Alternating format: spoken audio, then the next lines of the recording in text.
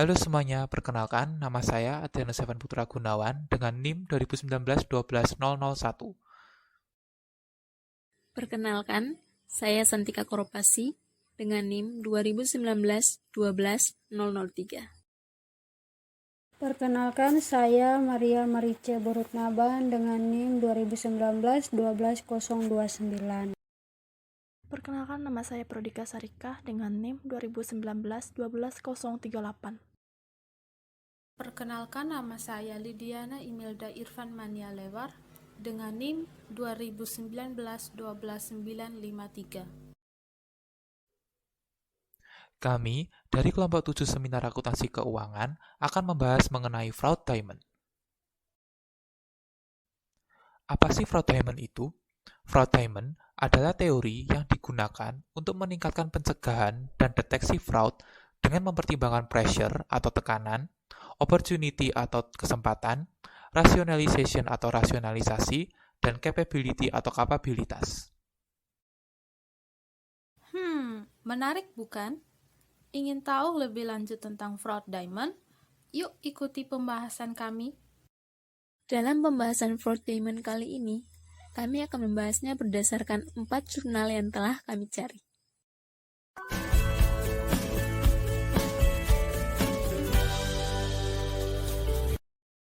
Jurnal yang pertama ini berjudul Fraud Triangle dan Fraud Diamond Model dalam prediksi kecurangan laporan keuangan yang ditulis oleh Fitri Hidayatun dan Agung Juliarto. Jurnal ini meneliti mengenai apakah tingkat kesesuaian Fraud Diamond Model lebih besar daripada Fraud Triangle Model dalam mendeteksi kecurangan atau fraud. Beberapa studi sebelumnya mengatakan bahwa adanya peningkatan kemampuan auditor dalam memprediksi fraud dengan mengandalkan penilaian dari Fraud Triangle Model. Tapi penelitian yang lain juga mengungkapkan tentang adanya peningkatan kemampuan auditor dalam memprediksi fraud dengan mengevaluasi faktor-faktor di dalam Fraud Diamond Model.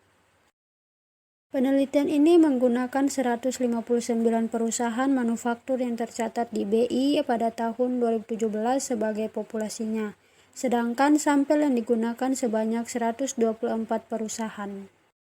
Hasil dari perhitungan regresi logistik menunjukkan bahwa Fraud Diamond Model lebih baik dibandingkan Fraud Triangle Model. Tingkat presentasi kebenaran Fraud Diamond Model mengalami kenaikan dibanding dengan Fraud Triangle Model, sehingga penambahan variabel keempat pada Fraud Diamond Model akan meningkatkan prediksi adanya fraud.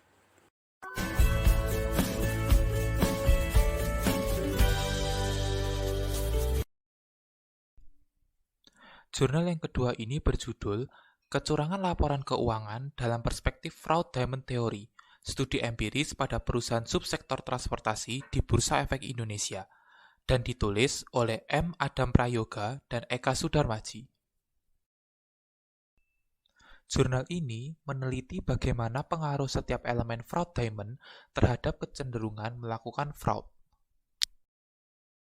Menurut SAS nomor 99, tekanan dapat berasal dari stabilitas keuangan atau perubahan aset, tekanan eksternal atau leverage, dan target keuangan atau ROA. Kesempatan dapat berasal dari sifat industri perusahaan itu berada atau receivable dan ketidakefektifan pengawasan. Rasionalisasi diproksikan dengan perubahan auditor eksternal dan kapabilitas diproksikan dengan perubahan direksi. Populasi dalam penelitian ini adalah seluruh perusahaan subsektor transportasi yang terdaftar dalam BEI periode tahun 2015 sampai 2017. Sementara itu, sampel yang digunakan sebanyak 19 perusahaan. Hasil dari penelitian ini adalah target keuangan atau ROA dan ketidakefektifan pengawasan berpengaruh terhadap kecenderungan melakukan fraud. Sementara itu, stabilitas keuangan, tekanan eksternal, sifat industri, perubahan audit, dan perubahan direksi tidak berpengaruh terhadap kecenderungan melakukan fraud.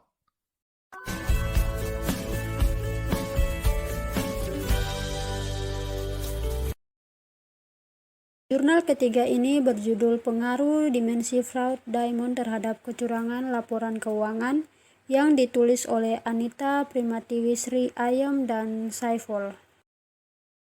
Jurnal ini meneliti tentang apakah dimensi Fraud Diamond berpengaruh terhadap kecurangan laporan keuangan.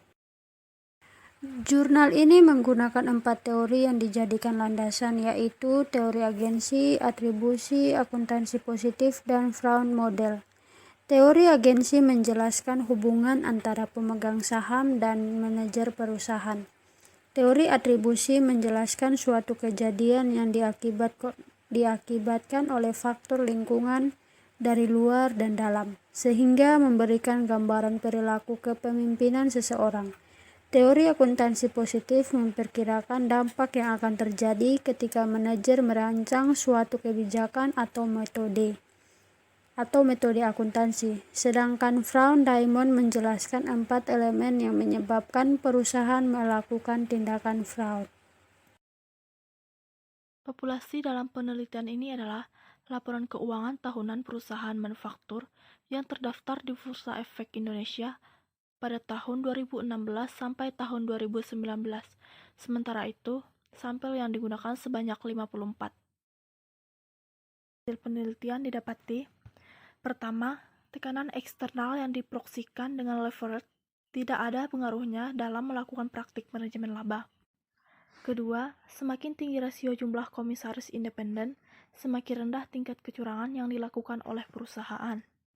Ketiga, rasionalisasi yang diproksikan dengan ROA tidak memiliki pengaruh pada fraud yang dilakukan oleh perusahaan. Keempat, kemampuan yang diproksikan dengan pergantian direksi perusahaan berpengaruh terhadap fraud.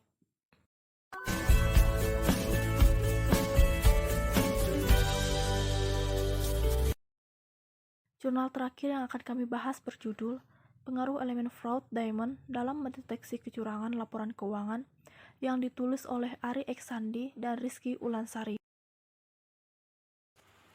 Jurnal ini meneliti tentang pengaruh tekanan, elemen kesempatan, elemen rasionalisasi yang diproksikan dengan opini audit, dan elemen kemampuan yang diproksikan dengan pergantian direksi terhadap kecurangan laporan keuangan pada perusahaan manufaktur.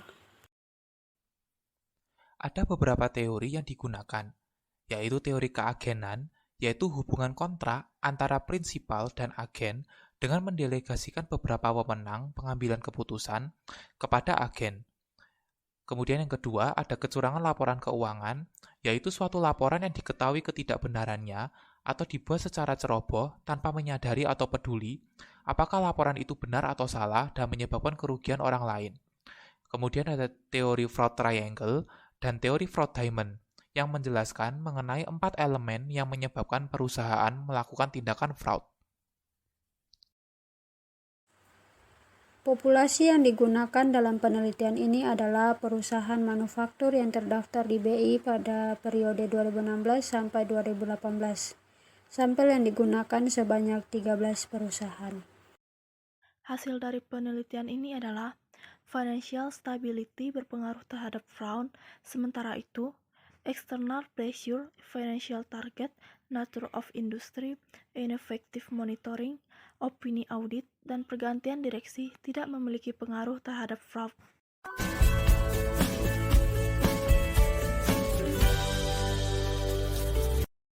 Nah, itu tadi beberapa penjelasan mengenai Fraud Diamond yang telah kami rangkum dari 4 jurnal.